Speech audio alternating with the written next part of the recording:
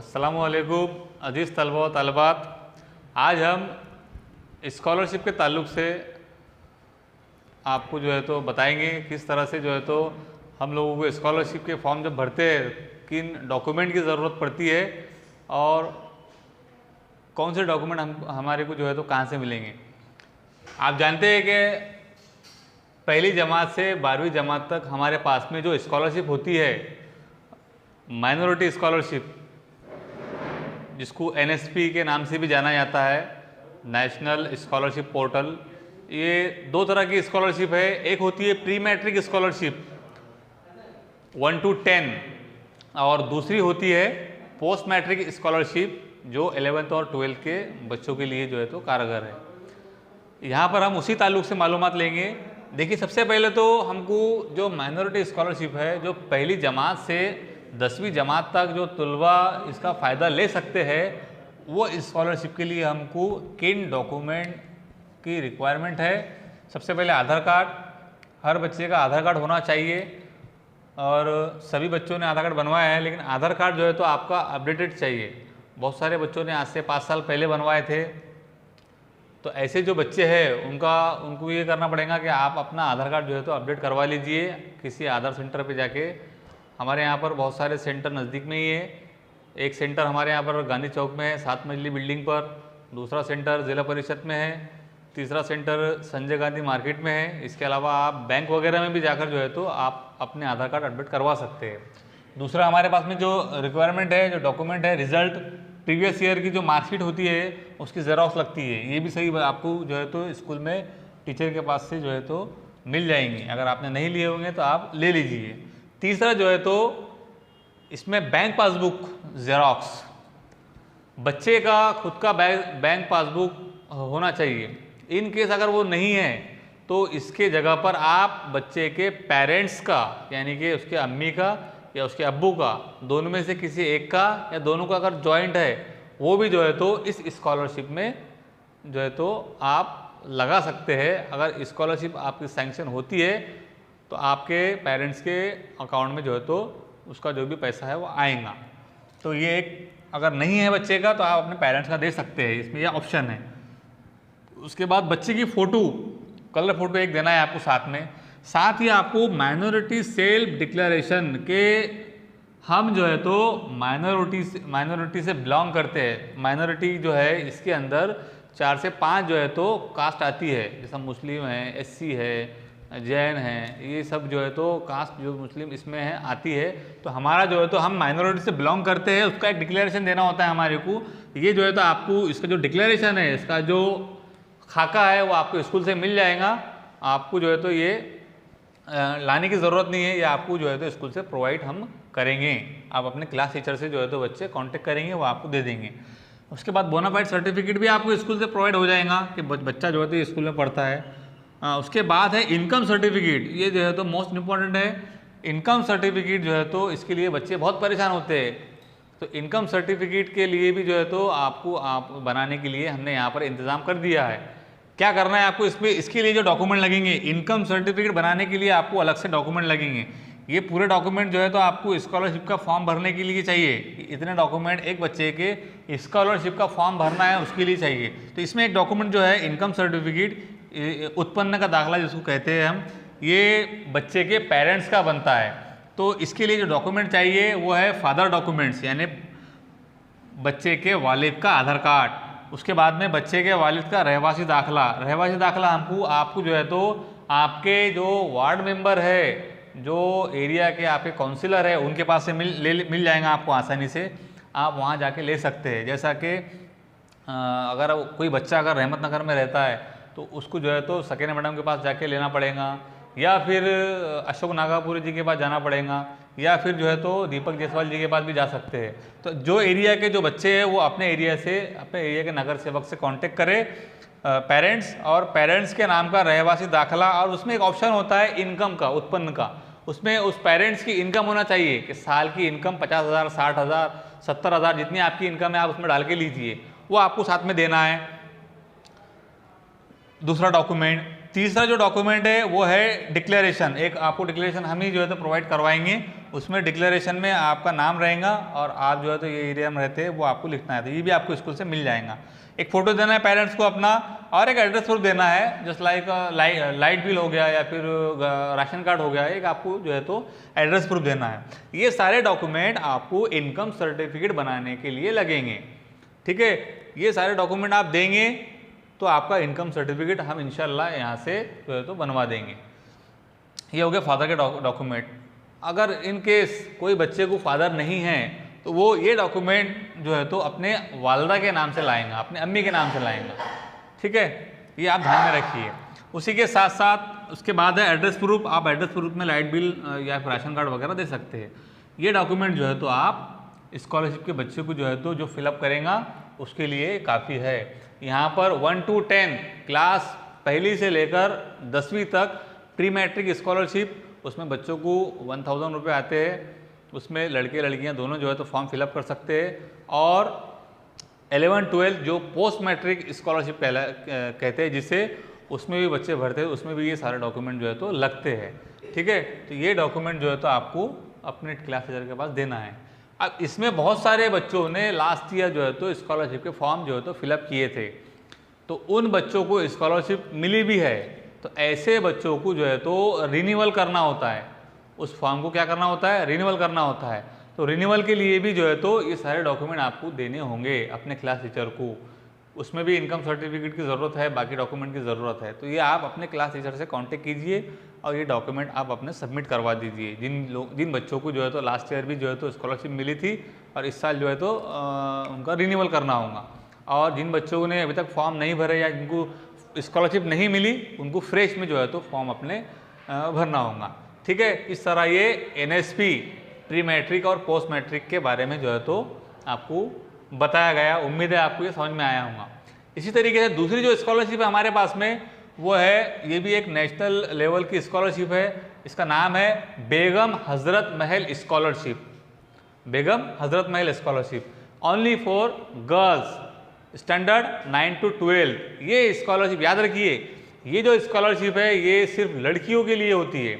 9वीं जमात से 12वीं जमात तक पढ़ने वाली जो लड़कियां हैं उनके लिए स्कॉलरशिप होती है। अब इसमें जो डॉक्यूमेंट की रिक्वायरमेंट है, जो डॉक्यूमेंट रिक्वायर्ड है, सबसे पहले आधार कार्ड, स्टूडेंट आधार कार्ड, यानी जो बच्ची पढ़ रही है उसका आधार कार्ड चाहिए। अब ये यहाँ पर भी मसला वही है कि बच्चों का जो है तो आधार कार्ड बहुत पहले बना हुआ है और जो है तो उन्होंने अभी तक के उसको अपडेट नहीं करा है। आज बच्ची मतलब 9th 10th में है, लेकिन जो उसने पहली दूसरी या तीसरी में बनाई थी वही तस्वीर उस पर है। तो इसमें आधार कार्ड को अपडेट करने की ज़रूरत है। अपडेट का मतलब होता है अगर बच्चा वहाँ जाएगा तो उसके बायोमेट्रिक्स, फिंगरप्रिंट जो होते हैं वो लेंगे, उसके रेटिना, आइस रेटिना लेंगे, उसके साथ में उसका रिसेंट फोटोग्राफ लेंगे अभी का, ठीक है। और उसमें एक खास बात, मोबाइल नंबर जो है तो लिंक हो जाएगा आधार में। तो ये सब अपडेट कराने की ज़रूरत है, क्योंकि आजकल जो है तो आप बैंक में भी जाएंगे तो वहाँ पर भी आपको आधार कार्ड देना है और अकाउंट को बैंक से जो है तो लिंक करवाना है। क्योंकि जो पैसा आता है, जो DBT होती है, जो ट्रांसफ़र होता है पैसा स्कॉलरशिप का, वो DBT के थ्रू होता है।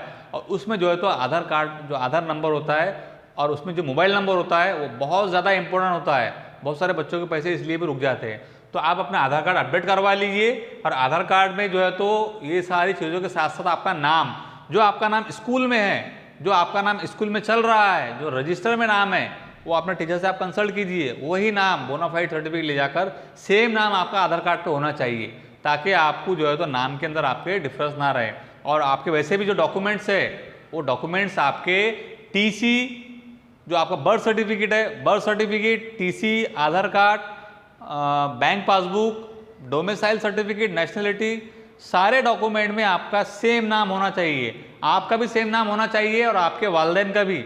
आप ये बात ध्यान में रखिए। अभी जो दौर है, इस दौर में आपके डॉक्यूमेंट पूरे क्लियर होना चाहिए, पूरे मतलब ओके होना चाहिए। आपके अगर नाम में डिफरेंस है तो आप पहली फुर्सत में वो नाम के डिफरेंस को जो है तो दूर कीजिए। आपने आधार कार्ड को और पूरे डॉक्यूमेंट को सेम नाम, एक नाम जैसा सब में जो है तो सिमिलर नाम होना चाहिए, एक नाम होना चाहिए। कहीं पर मोहम्मद अतीक है मिसाल के तौर पर, तो कहीं पर अतीक खान, ऐसा नहीं होना चाहिए। सब इसमें एक जैसा होना चाहिए। इसलिए अपने आधार कार्ड को सही तरीके से अपडेट करवा लीजिए और अपने जो रिलेटिव्स है उनके भी जो है तो डॉक्यूमेंट अपडेट कर रखिए। उसी के साथ प्रीवियस ईयर की मार्कशीट चाहिए लड़की की, ये भी आपके पास में अवेलेबल है। एक पासपोर्ट फोटो ये भी आसानी से मिल जाएगा। Bank passbook self with signature, इसमें जो बच्ची फॉर्म फिलअप करेंगी उसका खुद का सेल्फ, खुद का अपना ज़ाती अकाउंट चाहिए। ज़ाती अकाउंट अगर नहीं होगा तो आप अपना अकाउंट कोई भी नेशनलाइज्ड बैंक में आप ओपन कर सकते हैं। जैसा कि बैंक ऑफ बड़ौदा है, उसका एक सेंटर यहाँ पर कायनात कंप्यूटर सिस्टर कॉलोनी में दिया हुआ है, वहाँ पर अभी आप जाके अपना बैंक अकाउंट ओपन करवा सकते हैं। सिंपली वहाँ पर आधार कार्ड की ज़रूरत होती है और आधार कार्ड अपडेटेड चाहिए, मोबाइल नंबर लिंक किया हुआ, आप वहाँ कर सकते हैं। इसके अलावा आप महाराष्ट्र बैंक में भी कर सकते हैं, बैंक यूनियन बैंक में कर सकते हैं, स्टेट बैंक में करते हैं। कोई भी नेशनलाइज्ड बैंक में बच्ची का अकाउंट होना चाहिए। अगर नहीं होगा आप वहाँ पर अपना अकाउंट ओपन करवा लीजिए, लेकिन बच्ची का खुद का अकाउंट चाहिए, उसकी जेरोक्स और उसमें बच्ची के सिग्नेचर। इनकम सर्टिफिकेट, इसमें भी एक कंडीशन है। अब इसमें इनकम सर्टिफिकेट चाहिए, ये नेशनल लेवल की स्कॉलरशिप है, तो इसमें कंडीशन ये है कि अगर इनकम सर्टिफिकेट अगर आप लाते हैं तहसीलदार से बनवा के, वो रहेगा मराठी लैंग्वेज में, क्योंकि हमारे महाराष्ट्र की जो लैंग्वेज है वो मराठी है। तो यहाँ पर अगर यहाँ रिक्वायरमेंट है income certificate should be English और हिंदी लैंग्वेज, मतलब ये जो इनकम सर्टिफिकेट आप बनाएंगे ये तो हिंदी लैंग्वेज में चाहिए या फिर इंग्लिश लैंग्वेज में चाहिए। तो हम जो लाते हैं वो मराठी में बनता है, इसलिए आपको इसकी इसमें प्रॉब्लम नहीं है। आपको इनकम सर्टिफिकेट हम प्रोवाइड कर देंगे हिंदी लैंग्वेज में, आपको ये बनाने की ज़रूरत नहीं है, ये आपको स्कूल से मिल जाएगा। उसके बाद में मोबाइल नंबर फॉर OTP, अक्सर देखा ये गया है जो बच्चे मोबाइल नंबर देते हैं, मोबाइल नंबर पे जब फॉर्म फिलिंग करते हैं, जब OTP जाता है तो हम जब उनको कॉल करते हैं कि बच्ची का फॉर्म भरा जा रहा है और उसका OTP आपको आया है, तो अक्सर जो है तो पेरेंट्स को OTP मतलब समझता नहीं है, तो वो जल्दी बताते नहीं है और उसका एक टाइम पीरियड रहता है OTP का। इसलिए आप अपना मोबाइल नंबर ऐसे शख्स का दे, ऐसे अपने भाई बहन का दे जो मोबाइल के बारे में ज़्यादा मालूमात रखता हो, जिनको मालूमात ज़्यादा हो, जो जानकार है मतलब, ताकि उसको हम फ़ोन करें या मैसेज करें तो वो तुरंत जो है तो OTP बता दे या हमको टेक्स्ट मैसेज कर दे या व्हाट्सअप कर दे। तो ऐसा मोबाइल नंबर आपको देना है, ठीक है। इस तरीके से बेगम हजरत महल में आप ये जो है तो डॉक्यूमेंट लगेंगे।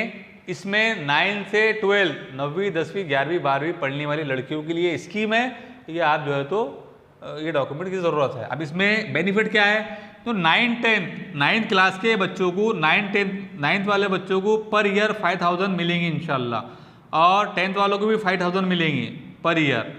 11th वाली बच्चियों को 6000 पर ईयर, 12th वाले बच्चों को 6000 पर ईयर, मतलब 9वीं 10वीं 5000 मिलेंगे और 11वीं 12वीं में 6000 पर ईयर मिलेंगे। इस तरह इसका बेनिफिट है, ठीक है। तो इस तरीके से आपको यहाँ पर स्कॉलरशिप के ताल्लुक से मालूमात दी गई।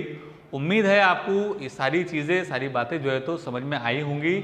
और अक्सर ये भी देखा गया है कि बच्चे जो है तो एक उम्मीद से जो है तो फॉर्म भरते हैं कि हमको स्कॉलरशिप मिलेंगी, और होता यह है कि स्कॉलरशिप बहुत सारे मतलब जो 100% बच्चे भरते हैं सभी को नहीं मिलती है। कुछ बच्चे इसमें रह जाते हैं, और कुछ बच्चे जिन लोगों को मिलती है वो बच्चे बहुत खुश होते हैं, और जिन बच्चों को नहीं मिलती है वो बच्चे थोड़ा सा नाराज़गी जाहिर करते हैं।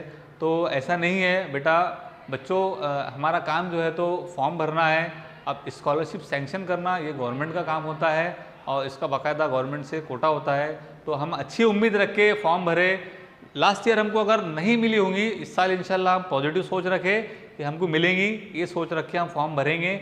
आप उम्मीद मत छोड़िए, ज़िंदगी का ये सफ़र है, इसमें बहुत सारी चीज़ें ऐसे होती है, आपको जो है तो नाकामयाबी मिलती है लेकिन आपको कामयाबी भी मिलती है। तो उम्मीद अच्छी रखिए, आपको इंशाल्लाह जिन बच्चों को लास्ट ईयर पिछले साल अगर स्कॉलरशिप नहीं मिली होंगी, इस साल उनको मिलेंगी। ऐसी आप उम्मीद रख के फॉर्म भरिए, और मैक्सिमम लड़कियां जो है तो ये इस स्कॉलरशिप का आप फ़ायदा उठाइए, क्योंकि गवर्नमेंट ने ये हमारे लिए जो है तो माइनॉरिटी कम्युनिटी के लिए जो है तो ये स्कॉलरशिप जो है तो प्रोवाइड की है। हमारा काम है कि इसका हम फ़ायदा उठाएं। तो आप सभी बच्चों से दरख्वास्त है कि स्कॉलरशिप आप फॉर्म भरिए। आप इन डॉक्यूमेंट को जो है तो आप अपने क्लास टीचर के पास जमा कीजिए, और आपको अगर कुछ इसमें प्रॉब्लम आता है तो आप अपने क्लास टीचर से कंसल्ट कीजिए, या आप हमारे से भी जो है तो रब्ता कायम कर सकते हैं। शाहनवाज सर से भी आप कंसल्ट कर सकते हैं। जो भी आपको डिफ़िकल्टीज आती है किसी भी तरीके से, चाहे अकाउंट के एतबार से हो या आधार के एतबार से हो, तो आप अच्छी उम्मीद रख के फॉर्म भरिए। और इस तरह से जो है तो आपको यहाँ मालूमात दी गई। मैं आपसे अलविदा लेता हूँ यहाँ पर। बहुत बहुत शुक्रिया आपका। अल्लाह हाफिज़।